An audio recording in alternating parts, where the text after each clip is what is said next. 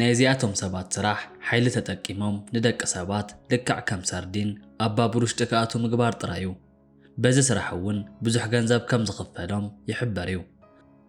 ኣቐዲመ ሰላምታ እናቕረብኩ ንሎማዓንቲ ሒዘልኩም ዝመጻኹ መደብ ካብ ናይ እንስሳት መግቢ ዝጥዕሙ ሰባት ተላዒለ ክሳብ ናይ ደቂ ሰባት ትሽትሽ ዘጫነው ናይ ዓለምና ሓደገኛታት ዝኾኑ ስራሕቲ ከቕርበልኩም እየ።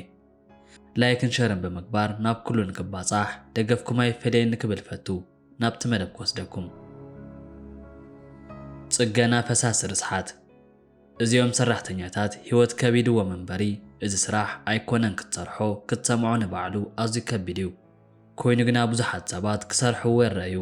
እዚ ስራሕ ድማ መብዛሕትኡ ግዜ ኣብ ሃገረ ህንዲ ልሙድ ስራሕ ኮይኑ እቲ ስራሕ እውን ኣብ ከተማታት ዝርከቡ ናይ ርስሓት ቱቦ እንትዕበሱ ናብ ውሽጢ ብምእታው ምጽጋንን ነቲ ፈሳሲ ክኸይድ ምግባርን እዩ።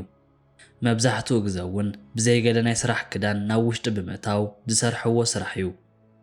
ኣብቲ ውሽጢ ቱቦ ብምእታው ድማ ብኢዶም ገይሮም ነቶም ቱቦታት ብምጥራግ ክዕረ ዝገብሩ ሰራሕተኛታት እዮም።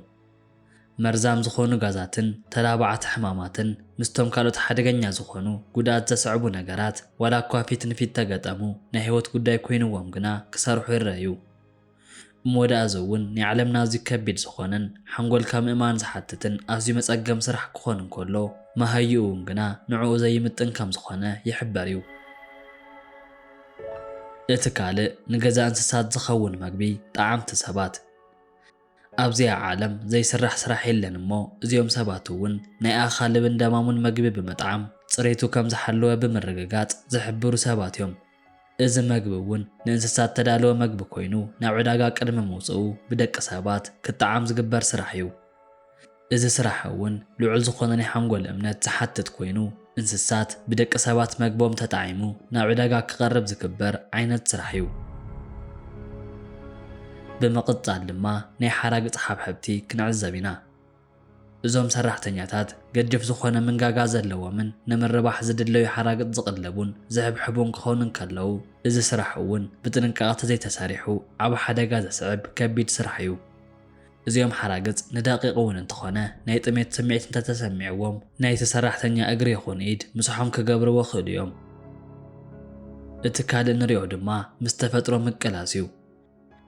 ደቂ ሰባት ብተፈጥሮና ምስ ኣውሎ ንፋስ ይኹን ምስ ሓያል ማይ ምቅላስ ዘይንኽእል እኳ እንተኾንና ሓደ ሰባት ግና ከምዚ ዓይነት ተጓንፎ ከጋጥም እንከሎ ናይ ስራሕ ጉዳይ ኮይኑዎም ናብቲ ቦታ ክኸዱ ይረኣዩ። እዚኦም ድማ ስቶርሚቸርስ ወይ እውን ሃደንቲ ኣውሎ ንፋስ ዝብል ስያመ ረኺቦም እዮም። ሰማይ ክጽልምት እንከሎ ወይ እውን ሓያል ኣውሎ ንፋስ ክለዓል እንከሎ ብዙሕ ሰብ ናብ ገዝኡ ከኣቱ ናይ ግድን እዩ። እዚኦም ሰባት ግና ብተጻራሪ ናብቲ ቦታ እዮም ዝኸዱ።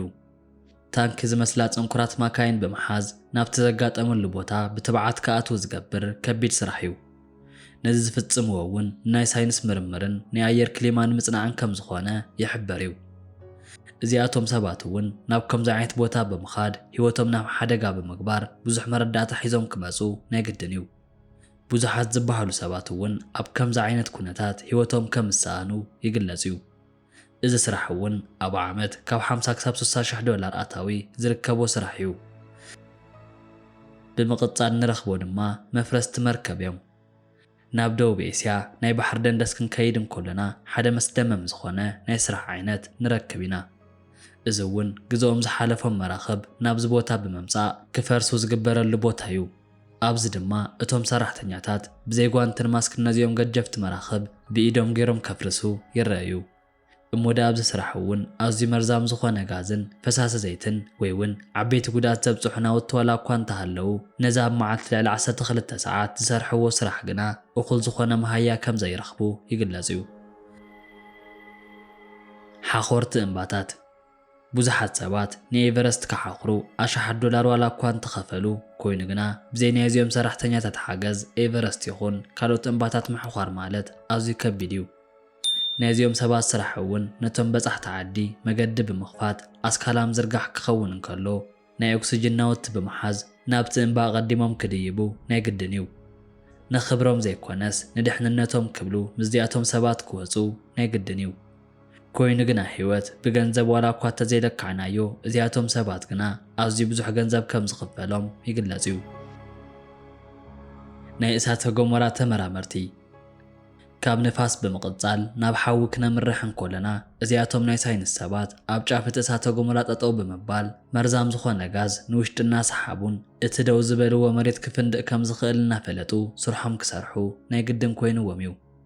እቲ ቀንዲ ዓላማ እውን ናይ እሳተ ገሞራ ሓደጋ ኣቐዲሞም ትንቢት ብምውፃእ ናይ ከተማታትን ህዝብን ህይወት ክተርፍ ምግባር እዩ።